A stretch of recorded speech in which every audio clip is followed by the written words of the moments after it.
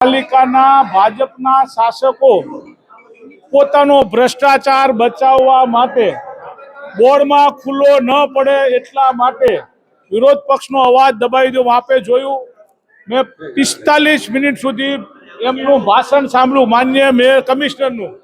એ 45 minute પછી મેં માન્ય અધ્યક્ષશ્રીને વિનંતી કરી તો કાગળ પણ મોકલ્યો.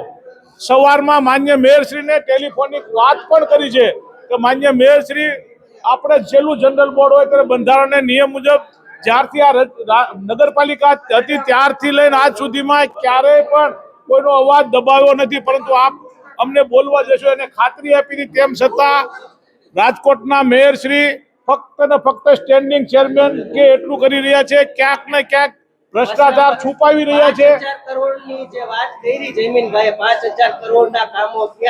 એટલે એમાં જયમીનભાઈને સીધે સીધા કેટલા ટકા મળ્યા છે તમને પૂછું છું, તમે પૂછજો હમણાં મારા વતી કે ભાઈ તમે ટકાવારી કેટલી લીધી છે, ત્યાર પછી તમે સ્ટેન્ડિંગમાં મંજૂર કરી પૂછી લેજો. અને એમાં જવાબ ખોટો આપો તો મને કહેજો, હું જાહેરમાં પાછો એની સામે ચર્ચા કરવા બેસીશ.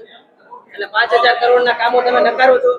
અત્યારે હાલ વાતો તો બધી થાય છે દર વર્ષે, અને હું જનરલ બોર્ડમાં આની વાત કરું છું. તેમ છતાં બજેટની ચર્ચા પણ કરી છે. એને જે કીધું ને આટલા 1000 કરોડ, ભાઈ તમે કેટલા હજાર, રાજકોટનો કમિશનર પોતે જનરલ બોર્ડમાં હિસાબ આપે એમાં કે 1200 કરોડના કામ આપણા હાથ ઉપર છે, તો 5000 કરોડના કામ થઈ ક્યાંથી ગયા?